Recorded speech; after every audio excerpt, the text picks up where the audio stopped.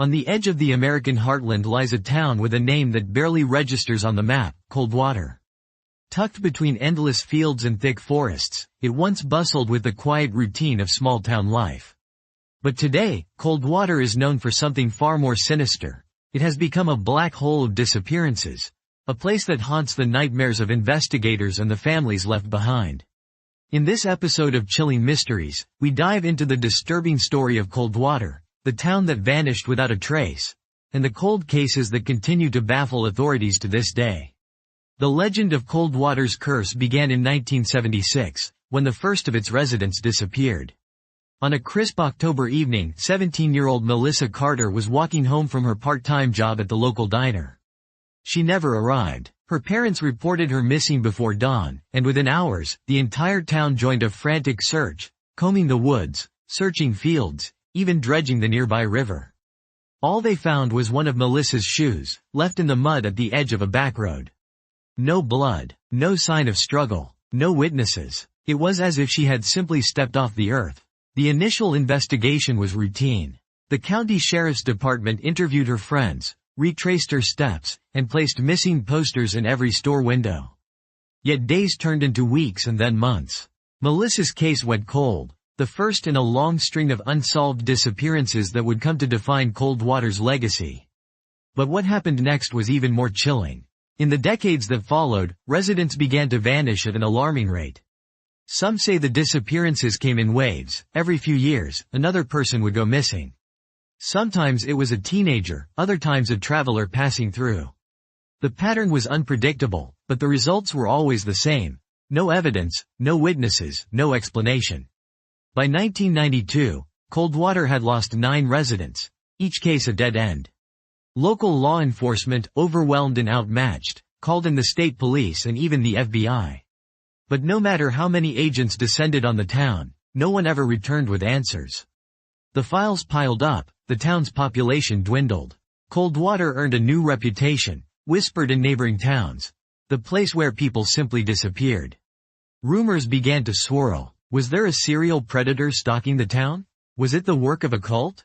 Some locals blamed the nearby abandoned mine shafts, suggesting that the missing had fallen, or been thrown, into their depths. Others pointed to the dense forests, claiming something lurked among the trees. But no theory ever produced hard evidence. One of the most perplexing aspects of the Coldwater vanishings is the complete lack of physical clues. In many true crime cases, there's a trail. A dropped piece of jewelry, a broken branch, a car abandoned by the roadside. In Coldwater, investigators found nothing. Not a single body. Not a single trace of the missing. According to retired Detective Linda Morris, who spent years on the cases, it's like these people were erased. Not just from Coldwater but from the world itself. Let's take a closer look at 3 of the most disturbing disappearances from Coldwater. Cases that continue to chill even the most seasoned investigators. The first is the case of Mark Ellison, a 32-year-old mechanic and volunteer firefighter. On July 8, 1983, Mark left the annual Coldwater Summer Festival around 11 p.m. He told friends he was heading home to check on his elderly mother. He never made it. His truck was found parked neatly in his driveway, keys still in the ignition. The porch light was on. But Mark was gone. Inside the house, his wallet and phone sat on the kitchen table. His mother, who suffered from dementia, was asleep in her room and remembered nothing. There were no signs of forced entry or struggle. No footprints in the yard, not even a fingerprint out of place. The only odd detail: a half-finished glass of lemonade on the back porch, beads of condensation still clinging to the glass when police arrived. The second case is that of the Jenkins family, who vanished in the spring of 1989. The Jenkinses, Tom, his wife Sharon, and their 8-year-old daughter Lucy, lived on the outskirts of town in a modest farmhouse. Neighbors reported seeing them at church on Sunday morning. By Monday evening, their house was empty. Dinner plates sat on the kitchen table, as if the family had been interrupted mid-meal. The family car was still in the garage, and the family dog was found locked inside the bathroom, unharmed but agitated. There were no ransom notes, no evidence of robbery, and none of the family's financial accounts were ever touched. It was a disappearance so complete that it seemed almost staged, yet no one could explain how 3 people could vanish without a sound. And then there's the case of Detective Eric Palmer, the man who became obsessed with solving Coldwater's mysteries, only to become a part of them himself. Palmer, a veteran investigator with the state police, arrived in Coldwater in 1996, convinced that the disappearances were the work of a cunning perpetrator. He interviewed townspeople, pored over decades of case files, and walked the roads at night, hoping for a breakthrough. In his journal, Palmer described feeling watched, as if the town itself was hiding secrets.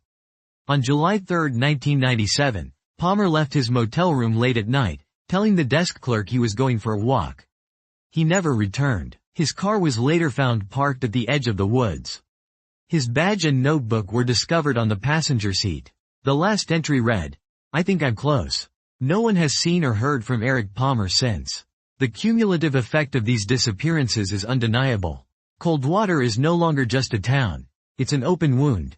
A place where hope and reason have been replaced by fear and superstition. The remaining residents live in a perpetual state of unease. Doors are double locked. Children are walked to school. Outsiders rarely visit, and even delivery drivers refuse to linger after dark. The authorities have not given up, but the case files are thick with frustration. The FBI's official stance is that the disappearances are unrelated, possibly the result of runaways or voluntary departures. But those who know Coldwater, and those who have lost loved ones, find that explanation impossible to accept. The disappearances cut across all demographics. Young, old, rich, poor, locals and newcomers alike. There are no patterns, no motives, no suspects. What makes the Coldwater mystery unique among true crime cases is the sheer scale and thoroughness of the vanishings. Serial killers, even the most prolific, leave evidence behind. Cults eventually slip up. Even the most carefully planned abductions unravel with time. But in Coldwater, it's as if the missing were swallowed by the earth itself. Over the years, amateur sleuths and professional investigators alike have tried to crack the code. Some have suggested a hidden network of tunnels beneath the town, remnants of the old mining days, as a possible explanation. In 2003, a group of urban explorers from nearby St. Louis spent a weekend mapping the labyrinth of mine shafts. They found nothing out of the ordinary, no signs of recent activity, no hidden chambers, not even a discarded piece of clothing. Others believe the answer lies in something more sinister. In 2011, a retired profiler named Alan Reeves began to suspect that the disappearances followed a precise pattern, correlating with dates tied to obscure local folklore. Reeves theorized that the town's history, marked by a series of tragic events dating back to the 19th century, might play a role. He cited old newspaper clippings, stories of settlers who vanished, and even tales of a watcher in the woods. Despite his efforts, Reeves could never substantiate his claims, and his theories remain just that, theories. Of course, there are darker whispers. Some locals are convinced that the town itself is cursed, haunted by the ghosts of its past. They speak in hushed tones about the old church on the hill, where, according to legend, a preacher went mad in the 1920s and led his congregation into the woods, never to return. Others claim there's something unnatural about the land itself, that people who come to Coldwater are marked in ways no one can explain. Despite these chilling stories, the disappearances have real, measurable consequences.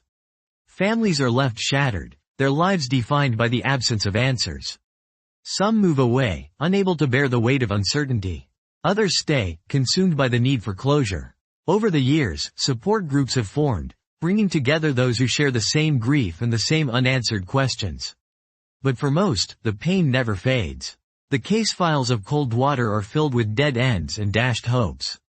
Time and again, investigators have tried new approaches: canine units, aerial searches, ground-penetrating radar.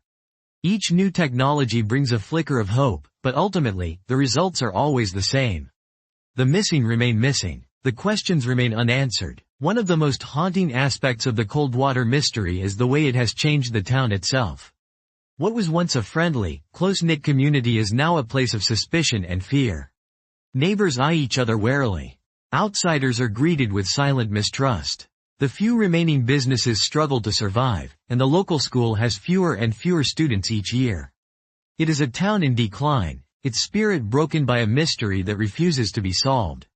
For law enforcement, the Coldwater case has become a cautionary tale, a reminder of the limits of modern investigation.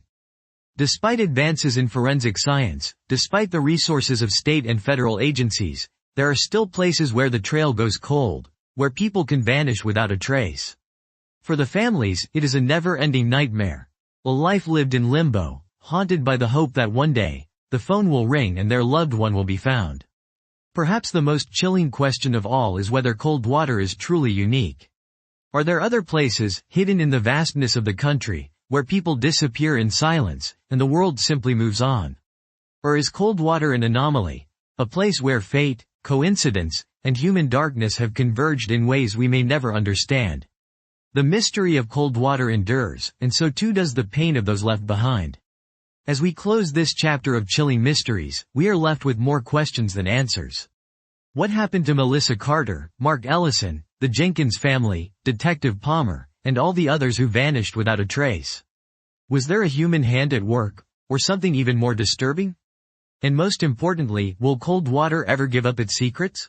If you have any information about the disappearances in Coldwater, or if you've experienced something similar, we encourage you to reach out to your local authorities. Every detail, no matter how small, could be the missing piece of the puzzle. As always, thank you for joining us on this journey into the unknown. If you found this episode compelling, don't forget to like, subscribe, and hit the bell so you never miss an update from Chilling Mysteries. Your support helps us continue to shine a light on the darkest corners of true crime. Until next time, stay safe, and keep asking questions. The truth is out there, waiting to be found.